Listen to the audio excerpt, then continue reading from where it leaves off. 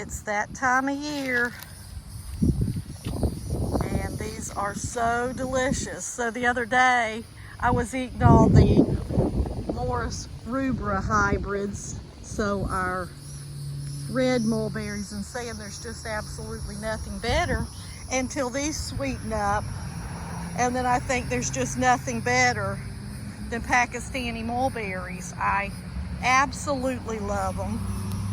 So they are my top favorites. They're just right up there with the reds, with the red hybrids or the Morris rubra hybrids like Tice, Shangri-La, and the old Florida ones that I found. I love these things. So I find them on the ground. I've got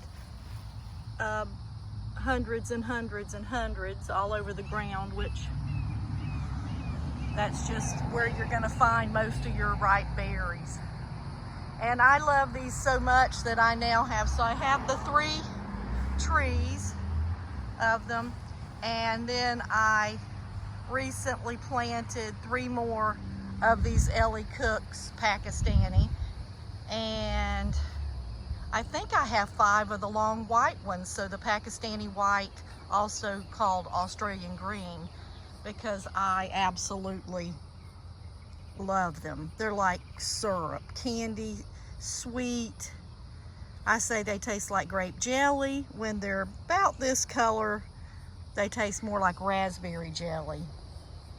They are so delicious. And we have been, I would say about 2 weeks now in the mid 80s and now the low 90s. And they have just sweetened up, and they're just so delicious. So if you don't have Pakistan mulberries, you are missing out. And I would say a zone 7 and above.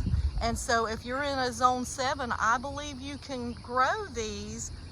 You will just need to baby them a while.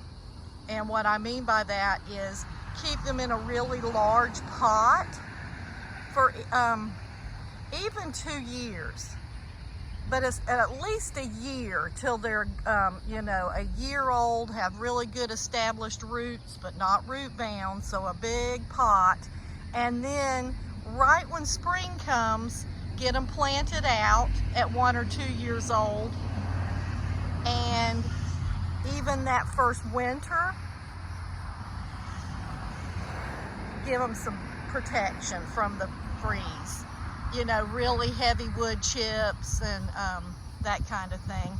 But I believe if you'll baby them some and keep them in a pot till they're up bigger and then plant them out immediately when the spring comes, I think that you would do fine with a 7. But definitely 8 and 9, no problem. And this one for me, it crops heavily twice a year. So there is just absolutely an abundance of mulberries twice a year on Pakistani and on the white, the long white one. And the long white one holds its fruit better than the black one. But still, just absolutely delicious, and you will get so many delicious mulberries. You just have to check the ground twice a day, because that's where you're going to find them. But it's a beautiful, beautiful tree. This is another one here, and lots of mulberries on it. It's already been picked a couple times, but super delicious. And then there's my other one. Let's see. Now, my Cook's, I believe Cook's Select holds, I think it holds on to its fruit longer without dropping them.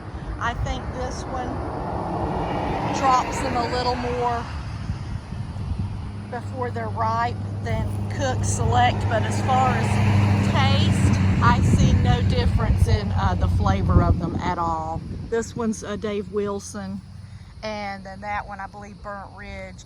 And then Cook Select. And from my understanding, it's from Ellie Cook's in California, their nursery. It was a seedling. And I see a woodpecker just landed in it. They like fruit too.